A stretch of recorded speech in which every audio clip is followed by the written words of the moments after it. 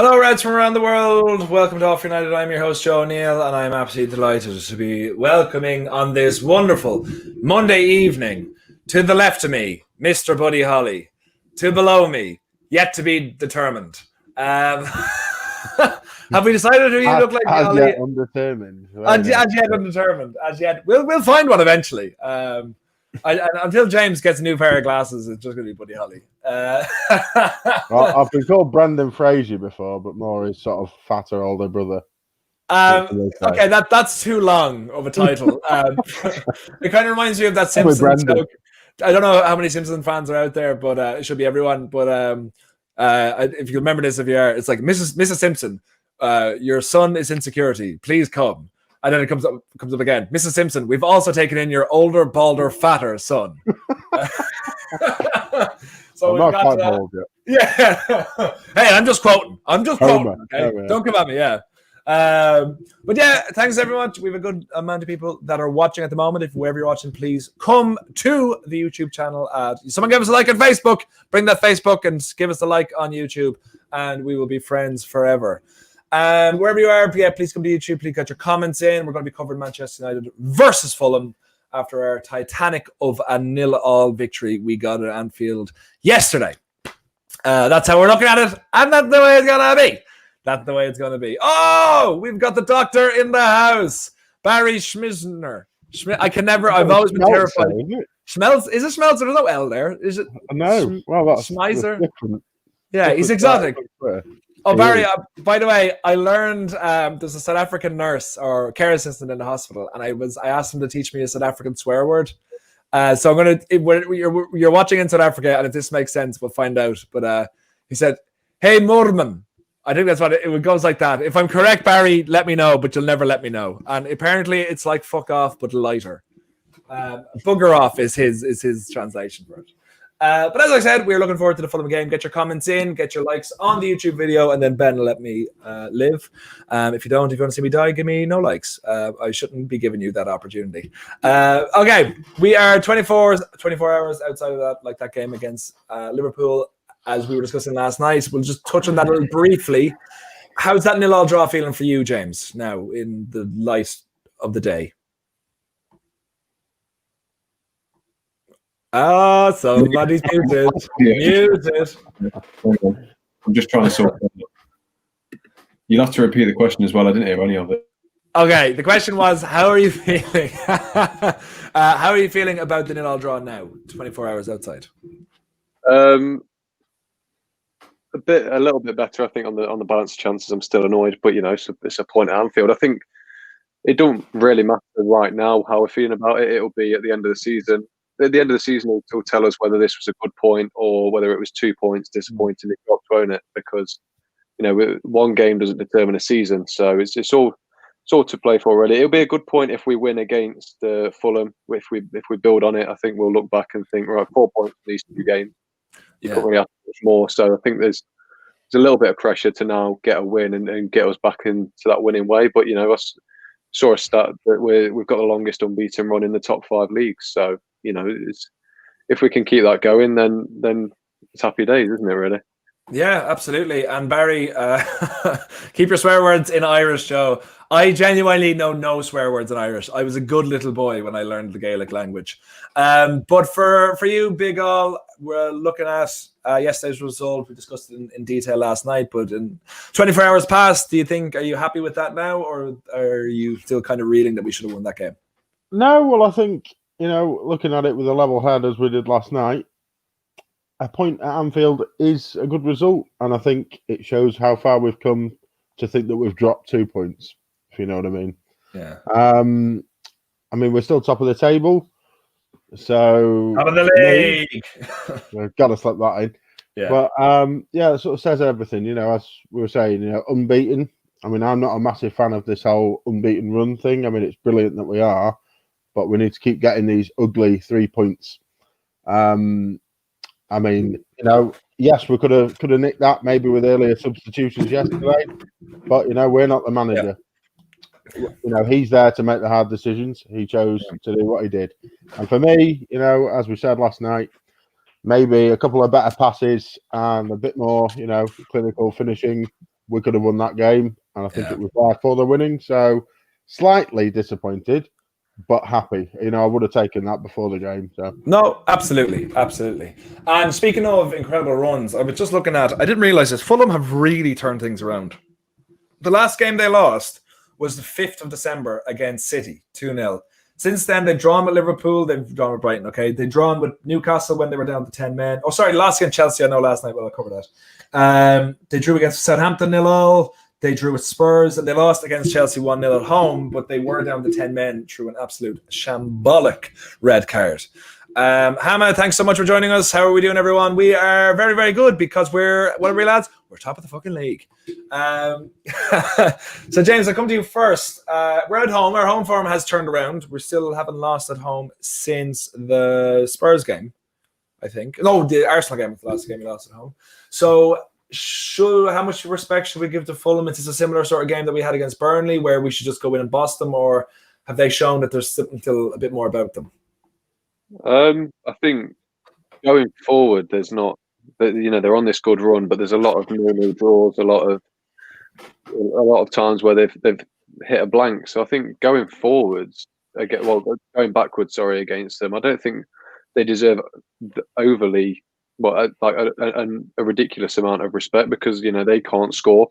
They're defending well, yes. Scott Parker's done well with that back line, but they're not scoring many, and we're not conceding many at the minute. So I think you don't need to worry too much about that. The problem will be getting the right players on the pitch to break down the defence, because it's something that teams are struggling to do. If Spurs can't break you down, then you're doing well at the back because they found it easy enough against us, didn't they? So it depends. You got to respect any team in this league, haven't you? It's the best league in the world for a reason. There's no weak links other than maybe Sheffield United, but we won't talk about them. James, just so you know, I have misquoted you again in a tweet, and I expect all the hate in the world to come to you right now.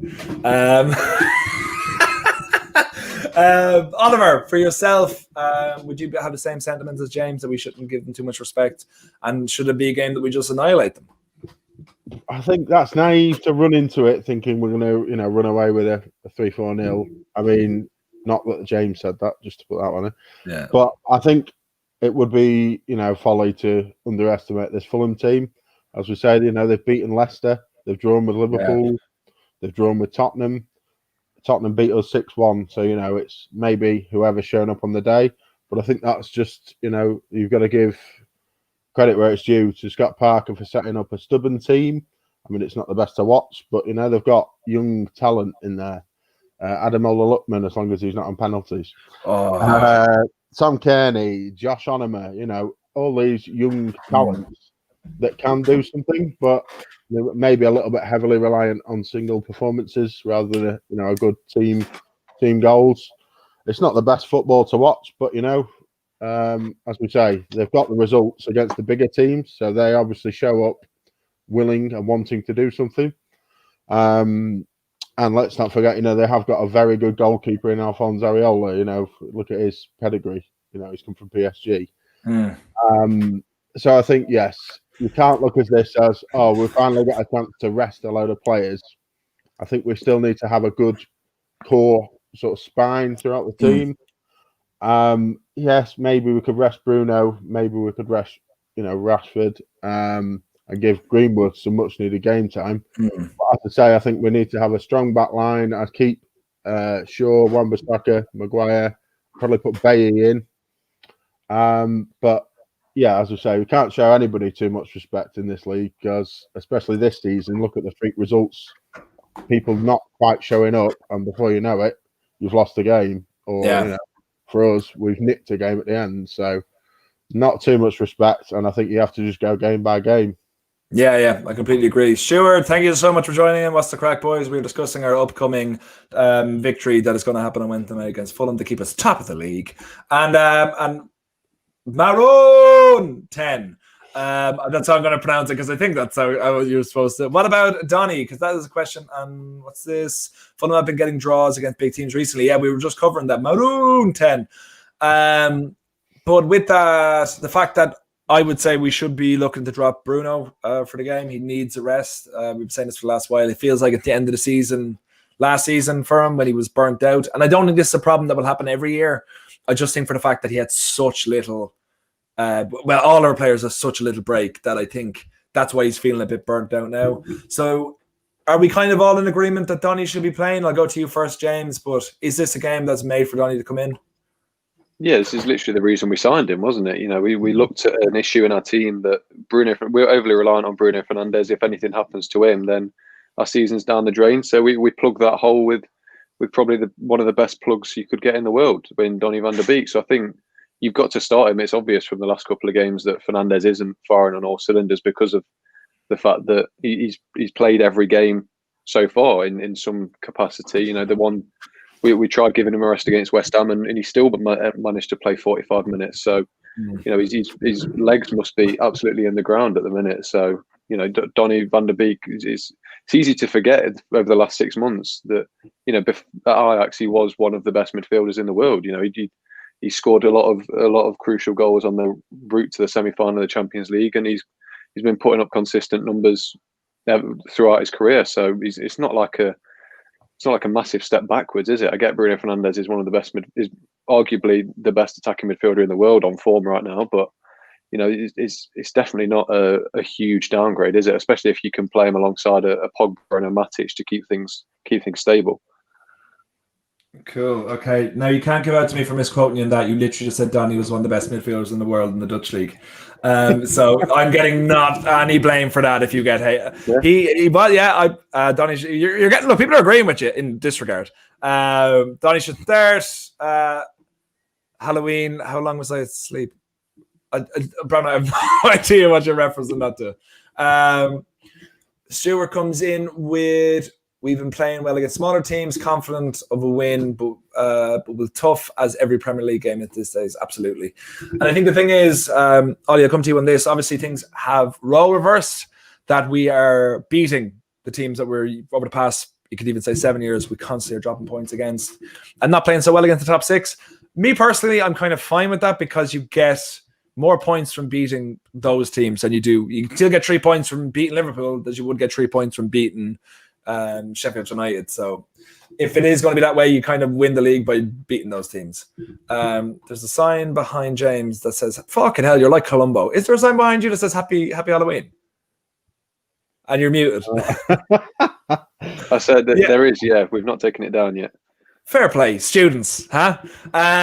But I'll come to you on you were saying before that you expect Bruno to be, well, you hope Bruno to be rested. Do you expect Donny to come in? And what are your thoughts on our kind of, as Stuart was saying, our smaller, beating smaller teams? Yeah, the role reversal. Well, it's like you say, you know, champion form, you can beat, you know, big teams in the grandstand matches, which looks brilliant for the press. But if you're beating all of the smaller teams and then getting draws against the top six, I think people tend to forget that if you draw against you know, a close opponent, you're taking points off them as well. So it's one of those things, you know, if you're beating the smaller teams and then taking points off, you know, grinding out results, getting draws against the top six, you're in with a good chance. And I think we've all preferred to see that. Well, obviously, you know, it's nice to get the big wins against City, against the likes of Liverpool. But for me, you know, the important thing is taking it game by game and getting 3 points against teams that you think you should beat. And as we were saying, you know, the slight change in the view, as in yesterday, we should have beaten Liverpool. We were in the ascendancy. We had the form. They had injury issues. But, you know, this is the first time in a while we have gone into a game of that magnitude and gone, we should be winning this. And I think there is less worry, but you've got to keep your head on. You know, we need to concentrate and get 3 points here. And if that happens to be, you know, a bonus for goal difference and we win 4-0, fair play. But you need to grind out that first half and get the work done. So, you know, I think, yes, it's a chance for the likes of Donny to come in. As we were saying, it's not a downgrade by any chance. You know, that shows the sort of keenness on getting strength in depth. Yeah. If we can bring someone of that quality in, that's, you know, raring to go and show what he's got, that just makes him more hungry. And I think he's gone way under the radar, but his movement around the pitch, he brings people in to play, quick passing. At times last season, we were very guilty of not moving the ball quick enough in attack. He does that brilliantly, but he's very understated. So, yeah, have we handled him that well? Probably not. But, it's quite a juggling act when you've got that many decent players in your squad. So, a happy headache for Ollie, I'm sure. Yeah. Just kind of stick on Donny for a second, because he's been a bit more in the news. Look, I know at the transfer window, so people are trying to sell as many or get as much clickbait as possible. But there is a lot of talk from people trying to get him on loan and stuff like that. I'm still kind of confused that I knew he wouldn't be like a pivotal part of our team, but I kind of figured he'd be at the likes of Cavani.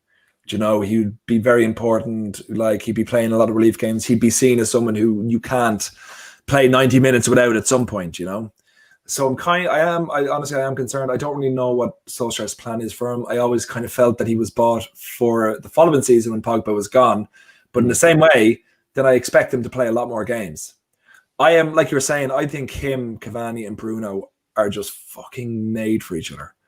I think and Pogba as well, of course, if they can all play together, but that's not going to happen. But I'm talking about for next season. That's such clever players, such like on the ball. There's so much that they can do, but they need to be playing with each other more often. And like people are saying, like Fred's coming in there saying Rashford is in dire need of a rest. We need to straighten the wide positions, absolutely. And Diallo, of course, we'll chat that as well. Do we expect to see him, because there's unreal no more than 2 touches at a time. Ajax DNA. Stuart, dead right as always. We'll touch on Donny van de Beek for a minute. We might discuss Diallo afterwards, but is anyone concerned a bit? James, you seem to be the most level-headed out of all of us and see the bigger picture. That's the only credit you're getting off of me. So don't get used to it. But is there an issue in the camp, or do you think this is all part of the plan? I'm a firm believer it's all part of the plan. You look at, it's debatable whether it's a comparison, but you look at Cancelo last season for City. Throughout the whole season, I've read a stat. He played 18 games in the Premier League. 12 of them were off the bench, and now look at him; he's absolutely flying. I think with foreign imports coming into the league now, I think this very gradual introduction is very much necessary. I think you can wipe the price tag away as well, because 40 million for United is a basic signing now, isn't it? There's again, using City as an example, you look at Mahrez and Cancelo, they were both on paper more expensive than Van der Beek, and took as long for City to settle them in. So it's not something I'm worried about. Solskjaer wouldn't have signed him if he didn't want him, would he? Because as much as we dislike this board, they're tight enough as it is. They're not then going to go out and spend money on a player who Solskjaer doesn't want. I think he is very much a like-for-like replacement for Pogba in without the physicality. I think he's been brought in to control games like Pogba can do on his day. So I think it's just a transition period that we're seeing at the minute. And the longer you can transition someone in, the smoother it's going to be, isn't it? So if we transition him in slowly, he gets a load of good performances, builds his confidence up, because you drop him in at the deep end, he puts in a bad performance. We've seen it with players like Depay from the Dutch league. A couple of bad performances when he's thrown in at the deep end, and he's on his way out the door already. So if Donny van der Beek is happy with what's going on, and he knows that there's a clear plan in place and that he will get football eventually, then I'm all for it. It's not my main worry is like you say, because we'll never know what goes on behind the scenes. If this wasn't part of the plan that was suggested to him when he signed, then I'm worried that he will look to go elsewhere and will have lost out on a top talent. But Solskjaer's proved over the last 3 or 4 months that he knows what's going on now, doesn't he? He's definitely got a plan. So I've got no reason to doubt him in that sense. Yeah, no, absolutely. And I would be on the same mindset. I think there was a couple of weeks ago, Solskjaer came out and said that before Van de Beek signed, he told him that this was the plan. You'd be implemented slowly. He's still, I think, 24, and no matter what, you can play as well as you want in the Champions League, but the Dutch league and the Premier League, side to side, it's completely different ballpark. It's a lot more intense, and you can't do your Ajax football immediately. You need time. So I think in the long picture, I think it'll all work out perfectly. Maybe by next season he'll be number one. Brown Knight with a rare negative comment. Spurs, Arsenal loss. Chelsea City, Leicester, Liverpool draw. That's 4.6 big games. Damning stat. The only thing I would say about that is I think you can split them down the middle of games like prior to kind of when we were still like in our COVID not fully fit form. Like Spurs, absolutely. Arsenal, kind of we were just about there, but not really. And then if you compare even how we played against City and how we played against Leicester, especially Leicester, we dropped. Like that was a game we literally should have, like, that was ridiculous. That was really annoying. But I think overall, I think you can look at it and go, that's not good enough. But the reasons are there why. And don't forget, like, we lost 6-1 to Spurs and in this season. Like, if we were top of the table now, like, don't forget, like, we were top of the table. No, we weren't. I think we were second to City when we lost them 6-1 around the same time in 2012.